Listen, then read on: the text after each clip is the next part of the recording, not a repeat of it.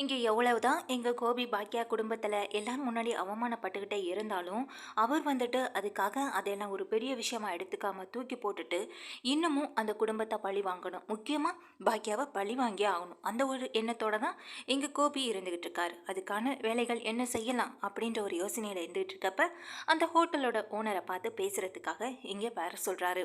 ஆனா இதை தெரிஞ்சுக்கிட்ட செந்தில், வேணாண்டா கோபி, இது வந்துட்டு நல்லதுக்கு இல்லை.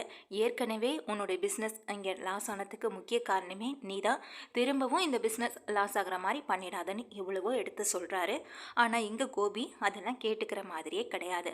இங்கே அந்த ஓனரை வந்துட்டு பார்த்து பேசுகிறதுக்காக இங்கே வர சொல்ல, அவரும் எங்கள் கோபியோட ஹோட்டலுக்கு வராரு. இங்கே கோபியோட ஹோட்டலுக்கு அங்கே அவரை பார்க்குறதுக்காக வரவர். இங்கே அதை பற்றின விஷயத்த பேசலாம்னு நினச்சி வெயிட் பண்ணிக்கிட்டு இருக்கேன். அவர் வந்ததுமே அதை பற்றி பேச ஆரம்பிக்கிறாரு.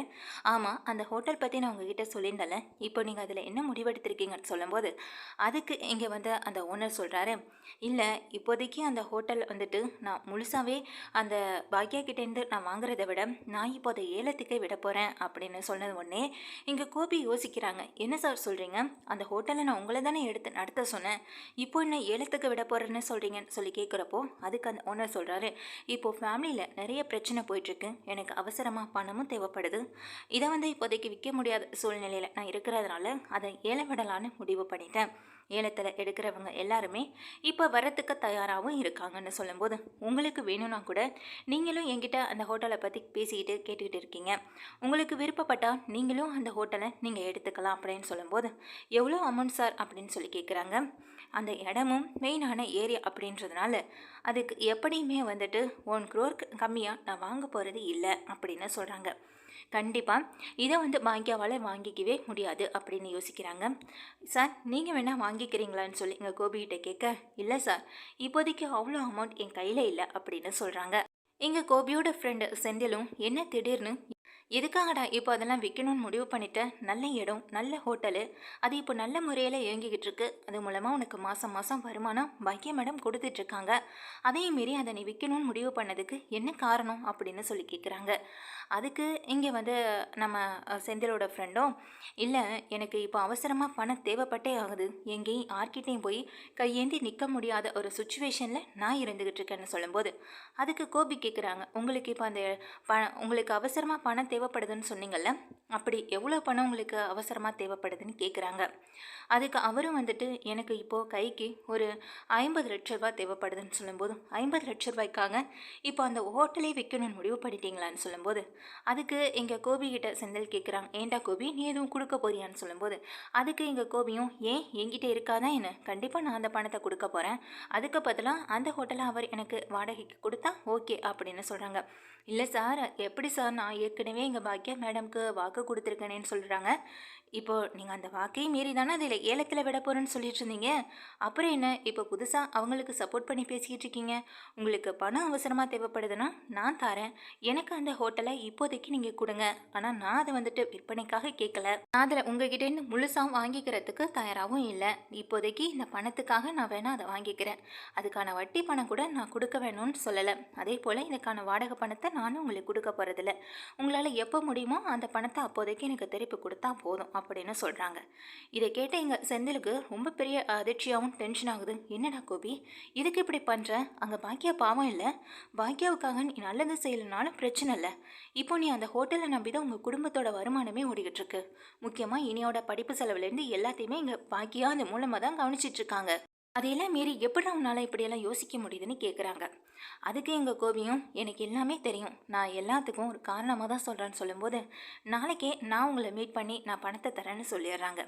இதை கேட்டவரும், ரொம்ப சந்தோஷமாக, ரொம்ப நன்றிங்க, எனக்கு சரியான நேரத்தில் உதவி பண்ணுறவங்கள நான் மறக்கவே மாட்டேன் அப்படின்னு சொல்லிட்டு அவர் கிளம்பி போக, இங்கே வந்து திரும்பவும் செந்தில் கேட்குறாங்க, என்னடா கோபி, உன் குடும்பத்தில் இருக்கிறவங்களோட ஏண்டா இப்போ திரும்ப திரும்ப கஷ்டப்படுத்துறேன்னு சொல்லி கேட்குறப்போ, இங்கே நான் பாக்யாவை நிற்கதியாக தனியாக வைக்கிறேன்னு சொன்னல, அதுக்கான ஒரு முதல் அடித்தளம் தாண்டா இதுன்னு சொல்கிறாங்க. என்னடா சொல்கிறேன்னு அப்போ தான் இவர் கேட்குறப்போ, அதுக்கு எங்கள் கோபி சொல்கிறாங்க, ஆமாண்டா, அதுக்கான முதல் அடித்தளம் தான் இப்போ நான் போட்டிருக்கேன், பாக்கியாவுக்கும் அந்த ஹோட்டல் இல்லாமல் போயிடுச்சுன்னா வர வருமானம் எப்படி வரும், இனியாவை எப்படி அவள் படிக்க வைப்பான், அப்போது இனியாவுக்கு நான் இருக்கேன்னு சொல்லி அவளுடைய கஷ்டங்களை துடைக்கிறதுக்கு நான் போய் நிற்பேன், அப்போது அவள் நம்ம அம்மாவை விட அப்பா நம்ம நல்லவங்கன்னு நினச்சி அவள் என்னையை பற்றி பெருமையாக நினைப்பா, சந்தோஷமாக நினைப்பா, என்னை பற்றி நல்ல விதமாக 4 பேர்கிட்ட பேசவும் செய்வான், அதனால தான் சொல்கிறேன், இப்போ எனக்கு இதுதான் முக்கியம்னு சொல்கிறாங்க. இதை கேட்ட எங்கள் செந்திலுக்கு கொஞ்சம் கூட பிடிக்கவே இல்லை.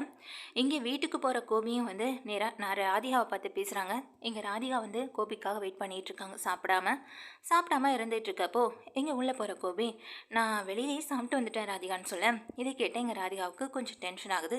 இருந்தாலும் அதுக்காக உன் கூட உட்காந்து சாப்பிடாம போயிடுவேனா, வா அப்படின்னு சொல்லி கூப்பிட்றாங்க. இங்கே ராதிகா, மயு அப்புறம் கோபின்னு சொல்லி 3 பேருமே உட்காந்து சாப்பிட, மயு வந்து சாப்பிட்டுட்டு கிளம்பி உள்ளே போய் படுத்துறாங்க. அதுக்கு பிறகு எங்கள் ராதிகா கிட்ட உங்ககிட்ட ஒரு முக்கியமான விஷயத்தை பற்றி பேசணும் அப்படின்னு சொல்கிறாங்க. என்ன விஷயம்னு சொல்லி கேட்குறப்போ, இல்லை ஏற்கனவே நான் சம்பாதிச்ச பணம் கொஞ்சம் கொஞ்சமாக அக்கௌண்ட்டில் சேவிங்ஸ் பண்ணி வச்சுருக்கேன். அது எப்படி ஒரு 25 லட்சம் வரும். அது போக அந்த பணத்தை நான் டெபாசிட் பண்ணி வச்சுருக்கேன் தனியாக. அது போக உங்ககிட்ட கொடுத்த வீடு விற்ற பணம், அதான் அந்த பாக்கியா எனக்கு 20 லட்ச ரூபா பணத்தை தூக்கி கொடுத்தால, அந்த பணத்தை உங்ககிட்ட கொடுத்து வச்சிருந்தால ராதிகா, அந்த பணம் எனக்கு அவசரமாக தேவைப்படுதுன்னு சொல்கிறாங்க. ஏன் எதுக்குன்னு எங்கள் ராதிகா கேட்கும்போது அதுக்கு எங்கள் கோபி விஷயத்த சொல்கிறாங்க. இதை கேட்ட எங்கள் ராதிகாவுக்கு கொஞ்சம் கூட விருப்பமே இல்லை. நீங்கள் பாக்கியாவை பழி வாங்கணும், உங்கள் குடும்பத்தில் இருக்கிறவங்கள நீங்கள் உங்கள் வழிக்கு கொண்டு வரணுங்கிறதுக்காக, அதுக்காக நான் இந்த பணத்தை தூக்கி உங்கள்கிட்ட கொடுக்க முடியுமா கோபி? இதில் நீங்கள் கேட்குறதுல என்ன நியாயம் இருக்குது? நமக்கு ஒரு பொண்ணு இருக்கா, அவளோட ஃப்யூச்சருக்காக நானும் அதை டெபாசிட் பண்ணி வச்சுருக்கேன். இப்போது அந்த பணத்தை முழுசாக எடுக்கணும்னு சொல்கிறீங்களே, அது எப்படி நான் கொடுப்பேன் நீங்கள் நினச்சிங்கன்னு சொல்லும்போது, என்ன ராதிகா, உன்னை நம்பி நான் இவ்வளோ பெரிய வாக்கை நாளைக்கு கொடுத்துட்டு வந்திருக்கேன். நாளைக்கே அந்த பணத்தை தரேன்னு சொல்லியிருக்க அவர்கிட்ட, இப்போ நீ என்கிட்ட இப்படி பேசுறியேன்னு சொல்லி இங்கே கேட்குறப்போ அதுக்கு எங்கள் ராதிகா சொல்கிறாங்க, இங்கே பாருங்கள் கோபி, எந்த ஒரு விஷயத்தையும் அதை நம்ம செய்கிறதுக்கு முன்னாடி வீட்டில் ஒரு வார்த்தை என்கிட்ட கேட்டுட்டு செய்யணுன்ற ஒரு எண்ணம் அது உங்களுக்கு வரணும். இப்படி தான் உங்கள் இஷ்டத்துக்கு எல்லா விஷயத்தையும் செய்வீங்களா? நீங்கள் எடுக்கிறதா முடிவா என்ன? அப்புறம் நான் இதுக்கு இந்த வீட்டில் இருக்கேன்னு சொல்லி எங்கள் ராதிகா கோவப்பட, அதுக்கு எங்கள் கோபி ரொம்ப டென்ஷன் ஆகாத பேபி, கொஞ்சம் கூலாயிரு அப்படின்னு சொல்கிறாங்க. என்ன டென்ஷன் ஆகாமல் இருக்கிறது? எப்படி நீங்கள் மொத்த பணத்தையும் தூக்கி கொடுக்குறேன்னு சொல்லலாம் அப்படின்னு எங்கள் ராதிகா திரும்பவும் கோவப்பட, இல்லை ராதிகா, அது மூலமாக நமக்கும் நல்ல வருமானம் வரும்ல அப்படின்னு சொல்கிறாங்க. ஏற்கனவே இப்போ நீங்கள் ஹோட்டல் ரன் பண்ணிகிட்டு இருக்க இடமே வாடகைக்கு தான், அதுக்கான ரெண்டுமே நம்ம கொடுத்துட்ருக்கோம். அதுபோக இப்போ புதுசாக அந்த இடத்துல வேறு அப்படின்னு சொல்கிறப்போ, வேணும் ஒன்று பண்ணலை ராதிகா, இப்போ நீ எனக்கு வாடகைக்கு எடுத்து கொடுத்தல, அந்த இடத்த நம்ம வந்துட்டு வேண்டான்னு சொல்லிட்டு பேசாமல் நம்மளோட கிச்சன்ஸ்களோட நம்ம அந்த இடத்துக்கே மாற்றிட்டானே, நம்ம ரெண்டும் கொடுக்க வேண்டியதில்லையே அப்படின்னு சொல்கிறாங்க. இதை கேட்ட ராதிகாவுக்கு கொஞ்சம் கூட விருப்பமே இல்லை. என்ன கோபி விளையாடுறீங்களா? இப்போது நீங்கள் 50 லட்ச ரூபா பணத்தை மொத்தமாக தூக்கி கொடுத்துட்டு அதுக்காக இங்கே வாடகையும் வேணாம், நான் வந்துட்டு வட்டியும் கேட்க போகிறதில்லன்னு சொல்கிறதுல எந்த விதத்தில் நியாயம்? நீங்கள் வட்டி கேட்காம இருக்கிறதுனால என்னவோ அவங்க கடைசி வரைக்கும் அந்த முதல்ல கொடுக்கக்கூட தயங்குவாங்க. அது மட்டுமா அவங்க இடத்துல நம்ம இப்போ இருக்கிறதுனால என்னவோ அந்த வாடகையும் நம்ம கொடுக்காம இருக்கிறதுனால அவங்க திரும்ப அந்த பணத்தை நம்மக்கிட்ட கொடுக்கறது கூட யோசிப்பாங்க. இது நமக்கு பல வகைகளில் கஷ்டங்களை தான் கொடுக்கும். பாக்கியாவை பழி வாங்க போகிறோம்னு நினச்சி கடைசியில் நீங்கள் அதில் போய் விழுந்துடாதீங்கன்னு சொல்லும்போது அதுக்கு கோபி சொல்கிறாங்க, நிச்சயமாக இல்லவே இல்லை, கண்டிப்பாக அந்த இடத்த நான் வாங்க போகிறது நிச்சயம். நீ கொடுக்கல நான் என்ன, என் ஃப்ரெண்டு செந்தில் மூலமாக நான் வெளியில் அரேஞ்ச் பண்ணியாவது அந்த பணத்தை நான் கொடுக்க தான் போகிறேன்னு சொல்லும்போது எங்கள் பாக்கியாவுக்கு, எங்கள் ராதிகாவுக்கு கொஞ்சம் கூட விருப்பமே இல்லை எங்கள் நம்ம கோபி செய்கிற விஷயத்தில். கோபி இப்படி செய்கிறது அவங்களுக்கு பிடிக்கவே இல்லைனாலும் ஒரு பக்கம் ரொம்ப டென்ஷனில் இருந்துட்டு இருக்காங்க. இது போக கோபி இங்கே செந்திலுக்கு ஃபோன் பண்ணி விஷயத்த சொல்ல, 20 லட்ச ரூபா பணத்துக்கு நான் எங்கடா போவேன் அப்படிங்கிறாங்க. என்னமோ தாராளமாக கொடுக்குறேன்னு சொல்லிட்டு வந்தேன், இப்போ என்கிட்ட வந்து கேட்குறேன்னு சொல்லும்போது, நான் ராதிகாவை நம்பி வாக்கு கொடுத்துட்டேன், எப்படியும் அந்த பணத்தை நான் வீட்டை கொடுத்துருவான்னு நினச்சேன், இப்போ போய் கேட்டால் பிரச்சனை தாண்டா நடக்குதுன்னு சொல்கிறாங்க. பின்ன இப்படி மொத்த பணத்தையும் தூக்கி கொடுக்கணும்னு சொன்னால் வீட்டில் யார் தான் ஒத்துப்பாங்க அப்படின்னு எங்கள் செந்தில் சொல்கிறாங்க. உன்னை நம்பி தாண்டா இப்போ இருக்கேன், வெளியில் எப்படியாவது எனக்கு அரேஞ்ச் பண்ணிடா, ஒரு வட்டிக்குனாலும் காசு வாங்கி கொடுறா அப்படின்னு சொல்கிறாங்க. என்ன கோபி விளையாடுறியா? வட்டிக்கு பணம் வாங்கினா கூட உன்னால் எப்படி அதை கட்ட முடியும்னு சொல்லி இங்கே கேட்கும்போது, அதெல்லாம் நான் மேனேஜ் பண்ணிக்கிறேன் அப்படின்னு சொல்கிறாங்க. இங்கே பாரு கோபி, நீ இங்கே பாக்கியாவை படுக்குழியில் தள்ளணும்னு நினச்சி நீ போய் விழுந்துட போகிற, அதுதான் எனக்கு நல்லாவே தெரியுதுன்னு சொல்லிட்டு இருக்காங்க. இல்லை நான் எப்படியுமே கொடுத்துருவேன் அப்படின்னு சொல்கிறப்போ இங்கே கோபி என்ன பண்ணுறாங்கன்னா, தன்னுடைய அக்கௌண்ட்டில் இருக்க 25 லட்ச ரூபா பணத்தை எடுத்துக்கிட்டு அந்த நபரை பார்க்குறதுக்காக போகிறாங்க. மீதி 20 லட்ச ரூபா பணத்தை எப்படி நான் உங்களுக்கு கொடுத்துருவேன்னு வேற சொல்லிட்டு இருக்காங்க. அப்போ அவர் சொல்கிறாரு, எனக்கு இந்த பணமே தேவையில்லை சார் அப்படின்னு சொல்கிறாங்க. இதை கேட்ட கோபிக்கு ரொம்ப பெரிய ஆச்சரியமாக இருக்குது. என்ன சார் சொல்கிறீங்கன்னு எங்கே கேட்க, அதுக்கு அவர் சொல்கிறாரு, ஆமாங்க சார், எனக்கு இந்த பணம் இப்போதைக்கு தேவையில்லை, எனக்கு கிடைக்க வேண்டிய பணம் கைக்கு வந்துடுச்சுன்னு சொல்கிறாங்க.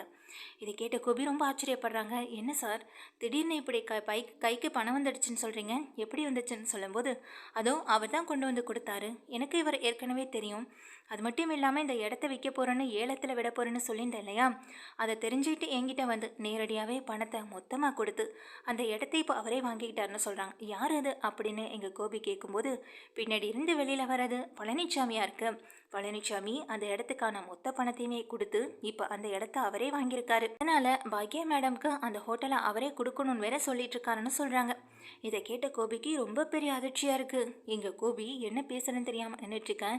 என்ன சார், நான் தான் உங்களுக்கு பணம் தரேன்னு சொன்னலே அப்படின்னு சொல்றப்போ, என்ன சார் நீங்க 50 லட்ச ரூபா தரேன்னு சொன்னீங்க, ஆனா இவர் 1 கோடி ரூபாயை கையில கொண்டு வந்து பணமாவே கொடுத்துட்டு அந்த இடத்த வாங்குறேன்னு சொல்லும்போது எப்படி சார் என்னால் வேண்டான்னு சொல்ல முடியும்? அது மட்டும் இல்லாமல் நீங்கள் 50 லட்சம் தரேன்னு சொல்லிட்டு இப்போ 25 லட்ச ரூபாயை கையில் கொண்டு வந்து நின்றுட்டுருக்கீங்க. இது எந்த விதத்தில் சார் நியாயம்? சொன்ன வாக்கு கூட உங்களால் காப்பாற்ற முடியலை. உங்களை நான் எப்படி சார் நம்புறது? நல்ல வேலை நான் அவர்கிட்ட பணத்தையும் வாங்கிக்கிட்டு அந்த இடத்த மொத்தமாக எழுதியும் கொடுத்துட்டேன். உண்மையிலே எனக்கு இப்போ ரொம்ப சந்தோஷமாக இருக்குது. என்னோட பாதி பிரச்சனை இதில் தீர்ந்துடும் அப்படின்னு சொல்லி அவர் அந்த பணத்தை வாங்கிக்கிட்டு அவர் அந்த பணப்பெட்டியோட உள்ளே போக இங்கே தான் கொண்டு வந்த பணப்பெட்டியோட வெளியில் அசிங்கப்பட்டு நிற்கிறாங்க கோபி. என்ன கோபி சார், என்ன பாக்கியா மேடமை எப்படியாவது நீங்கள் அவங்கள தோக்கடிச்சிடலாம், இந்த ஹோட்டலை நீங்கள் வாங்கி அவங்களுக்கு நிர்கதியாக நிற்க வச்சிடலாம் நினச்சிங்க போலையே. அதனால தான் எப்படிப்பட்ட விஷயத்த செய்ய துணிஞ்சிருக்கீங்க. இது உங்கள் முகத்தை பார்த்தாலே நல்லா தெரியுது. பழி வாங்குறதுக்காக இப்படி எல்லாமே கொண்டு செய்வீங்க அப்படி. இங்கே பழனிசாமி அசிங்கப்படுத்த கோபி அசிங்கப்பட்டு நின்றுட்டுருக்காங்க, பதில் எதுவும் பேச முடியாமல். ஆனால் கடைசியில் அந்த ஹோட்டல் முழுசாக யார் கைக்கு போகணும் அப்படின்றது இருக்குல்ல. நல்ல வேலையா இப்போ நான் அந்த பணத்தை மொத்தமாக கொடுத்து அந்த ஹோட்டலை இப்போ என்னோட பேருக்கு மாற்றிக்கிட்டேன். கூடிய சீக்கிரத்தில் இது பாக்யா மேடமுக்கு போய் சேர்ந்துரும் அப்படின்னு சொல்லும்போது, பாக்யாவுக்கு எழுதி வைக்கிறதுக்கு முதல்ல நீங்கள் யார் அப்படின்னு சொல்கிறாங்க.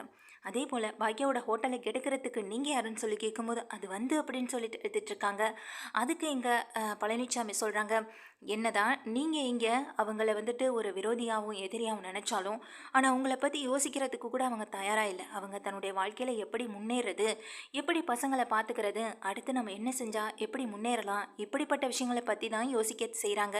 யோசிச்சுட்டும் இருக்காங்க, அதுக்கான முயற்சிகளையும் ஈடுபடுறாங்க. ஆனால் நீங்கள் அவங்கள தோக்கடிக்கணும், அவங்கள இதெல்லாம் பண்ணால் இப்படியெல்லாம் அசிங்கப்படுவாங்க, எப்படி தனியாக நிற்க வைக்கலான்ற மாதிரி யோசிக்கிறதுனால தான் இப்போது இதுலேருந்தே தெரிஞ்சிருக்குமே உங்களுக்கு அப்படின்னு இங்கே கோபியை பார்த்து கேட்க, கோபிக்கு பதிலே இல்லை. ரொம்ப மோசமாக அசிங்கப்பட்டு நிற்கிறாங்க.